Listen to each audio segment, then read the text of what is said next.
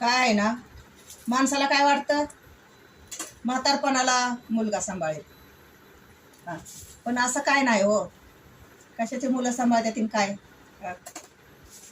मुलं आपल्या बायकोची आणि आपल्या मुलाचीच होते ती म्हातारे आई वडील एकतर कुठं गावाला राहते ती, नाहीतर मुलापाशी असलं तरी बाजूला राहते ती.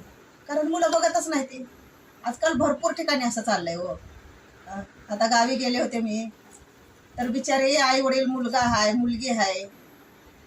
आणि आता काय तुम्हाला सांगायचं, खोटं नाही सांगत मी, बिचारे गावामध्ये भीक मागून आई वडील म्हातारी खाते ती. आणि मुलगा परदेशाला आहे, दुसरीकडे जाऊन राहतोय. परदेशाला म्हणजे बाहेर देशाला नाही, इकडंच कुठंतरी राहतोय, मुंबई पुण्याला.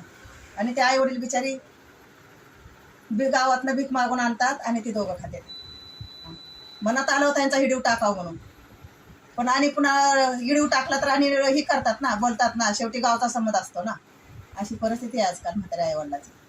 खूप म्हणजे खूप त्यांना खरंच खूप यातना भोगाव्या लागतात. अशी परिस्थिती आहे.